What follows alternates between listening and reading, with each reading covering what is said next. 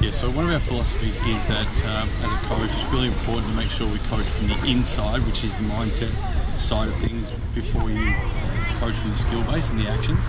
Every thought has a corresponding action. So we need to try and train the thoughts a little bit more than we train the skill-based stuff first and foremost. I think it's really critical that as a coach you can understand the people behind the outside facade. It's really important to know what people are thinking and how to teach them how to think on the court through these pressure situations. One of the key things I see at the top level is all the players can actually strike a ball, their stroke production's pretty good, but the best players in the world can really think and think well, and they think under pressure really well. So for me, the key to coaching and the key to developing players is making sure that you coach from the inside first, getting players to understand what you're trying to do and the concepts you're trying to teach, so that they can then get the skill-based stuff from the outside right.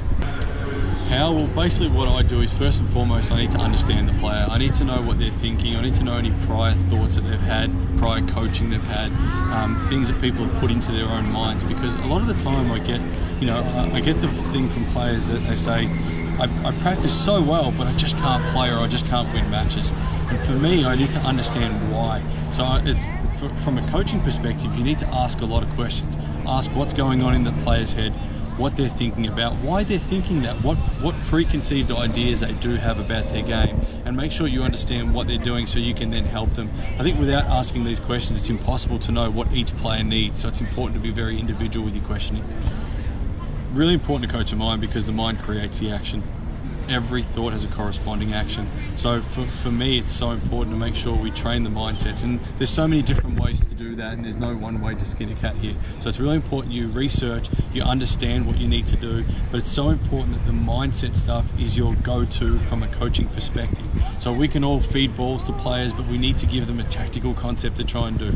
We need to make sure they understand what they're trying to do and why they're trying to do it. And it's not necessarily just going out there and feeding a ball to a player and getting them to hit repetitive forehands with no purpose. So making sure there's a purpose behind everything we do. So when we talk about what separates the best from the rest, we're obviously talking about what separates the best players from the rest of the world and why are they the best. So for me, it's a word called sustainability. So it's being able to sustain a level for a longer period of time. So you see the best players, and we talk about the Federers, we talk about the Djokovic's and the Nadals, we talk about the Serena Williams of the world, that they can sustain a level of play for a long period of time. A lot of the players that are below those players tend to have a lot more ebbs and flows in their game. How do we train that? Or how do we get to that point? Well, it's so important that during any practice session, we actually train sustainability, and train that through the length of drills that we are doing, or the time that we spend on the court, making sure that the quality lasts for periods of time that are going to be required for the level of play you are playing. You know, as a coach, you need to make sure that you are getting your environment to a point where players need to sustain a level for a longer period of time. It's really important for the player later on down the track to be able to go and say, hey, I did this due to my training. It's really important. So sustainability is definitely one of the #1 keys for these top players, and the separation of the top players from the rest. So for me, the behaviours are making sure that the training sessions are quality based.